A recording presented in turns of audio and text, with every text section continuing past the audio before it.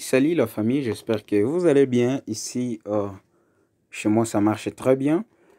Aujourd'hui, je viens avec un nouveau numéro, une nouvelle vidéo, et j'espère que vous allez vraiment aimer cette stratégie.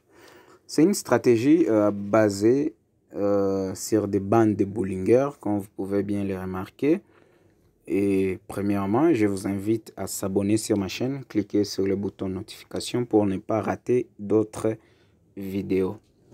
Sans plus tarder, je vais passer directement à la configuration de cette stratégie basée sur les bandes de Bollinger. Voilà, je vais d'abord effacer tout ça. Voilà, le graphique est resté sans indicateur trop vierge.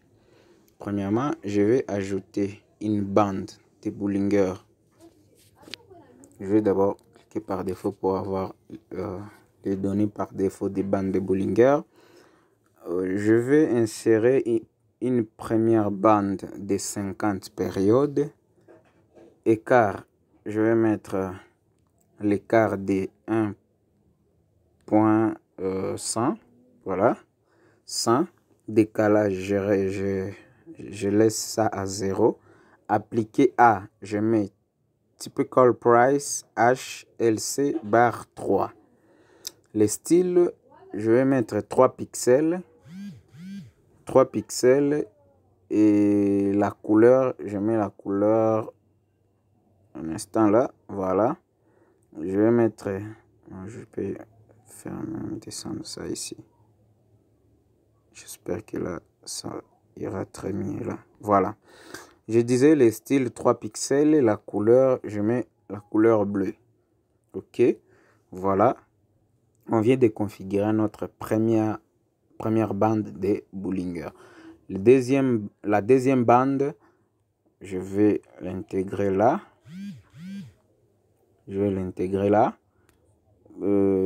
La période de notre deuxième bande de Bollinger, c'est toujours 50. Écart, cette fois-ci, je vais mettre l'écart de 2000. Décalage, je laisse ça à 0. Maintenant, appliquer A, je vais mettre Weight Close HLCC bar 4. Les styles, je mets toujours 3 pixels et la couleur, je mets ici jaune. Voilà. Mais un instant, j'ai oublié les niveaux. Les niveaux, je vais ajouter les niveaux.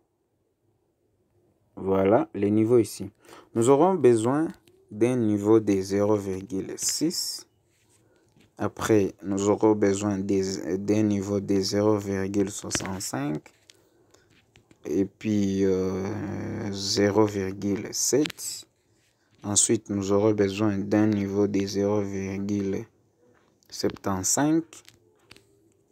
Ensuite, un niveau de 0,8. Enfin, encore le suivant. Le niveau de 0,85. Le niveau de 0,9. Et enfin, 0,95. Je vais mettre les pixels 2 et puis la couleur, je vais mettre rouge. Je crois que ça va mieux. Voilà. Vous voyez comment ça se présente de ce côté-là. Et enfin, notre dernière bande de Bollinger, ça sera avec une période de 50 aussi.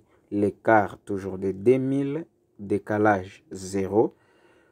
Au niveau des appliqués A, je vais changer. Je vais mettre Typical Price HLC bar 3. Et le style, c'est toujours 3 pixels, mais je change la couleur. Je mets la couleur bleue. Les niveaux, ça va changer aussi. Au lieu de mettre 0,6, je vais juste les mettre. Je vais les mettre en négatif. Donc, au lieu de 0,6, ça sera de 0 moins 0,6. Ensuite, nous aurons besoin de moins 0,65, moins 0,7, moins 0,75, moins 0,8, moins 0,85, moins 0,9, moins 0, oh là là, un instant, voilà, moins 0,95. Je ne sais pas si j'ai pas dit des bêtises là, mais je pense que c'est ça la logique. Donc au niveau du style, je laisse 2 pixels, mais je vais changer la couleur ici pour les différencier. Voilà. Donc nous avons déjà l'idée à quoi ressemble cette stratégie. Mais j'aimerais maintenant vous montrer comment est-ce que la stratégie marche. C'est vraiment une bonne stratégie. Reste juste à vous entraîner, à avoir une discipline, à pratiquer et à veiller toujours à votre money management. Voilà, c'est un peu ça. Comment est-ce que marche cette opportunité ou cette stratégie? C'est trop simple. Vous allez premièrement regarder lorsque le marché va au-delà de la bande supérieure de Bollinger, c'est-à-dire lorsque le marché va dépasser cette zone ici. Vous voyez, le marché a dépassé cette zone ici en rouge et que lorsque le marché dépasse cette zone rouge là, et maintenant vous allez patienter lorsque le marché va quitter cette zone rouge. Nous sommes en boom évidemment. Nous allons prendre nos 4 bougies, 4 minutes, 4 bougies. Vous quittez le marché. Attends, je vais... Là, ça va. Je vais zoomer. Voilà, regardez ici le marché. Comment est-ce que le marché a quitté, a dépassé cette zone rouge là. Et puis vous allez patienter ici. 4 bougies, vous quittez le marché. Voilà. C'est un peu ça. Vous regardez partout là où le marché est allé au-delà. Par exemple ici, le marché a dépassé. Vous prenez vos 4 bougies ici.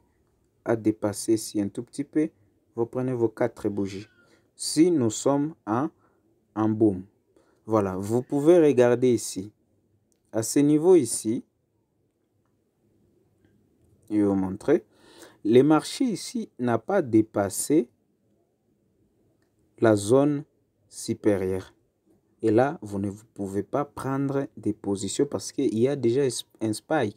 Donc, si le marché n'a pas dépassé la zone supérieure, ne prenez pas la position, patientez. Si une fois le marché dépasse la zone supérieure, vous patientez que les marchés reviennent. Maintenant, vous prenez 4 bougies, vous quittez le marché. Je vais encore vous montrer d'autres exemples. Cette fois-ci, je vais tenter sur Crash 1000. Voilà. Sur Crash 1000, la logique sera maintenant l'inverse de ce que nous venons de voir ici. Donc l'inverse, ça sera quoi? Lorsque le marché va aller au-delà de la bande inférieure maintenant, comme ici, vous voyez, à dépasser maintenant, vous allez attendre que le marché quitte ces zones ici en vert et puis vous prenez vos 4 bougies, vous quittez le marché. 4 bougies, vous quittez le marché. Donc c'est une stratégie qui marche assez bien et vous aurez le temps de l'exploiter, de l'essayer et vous allez être vraiment rentable. Donc c'est un peu ça, c'était tout pour aujourd'hui. C'était un réel plaisir d'être avec vous pour ces énième tuto. Je suis ravi et nous sommes ensemble. Rendez-vous au prochain numéro.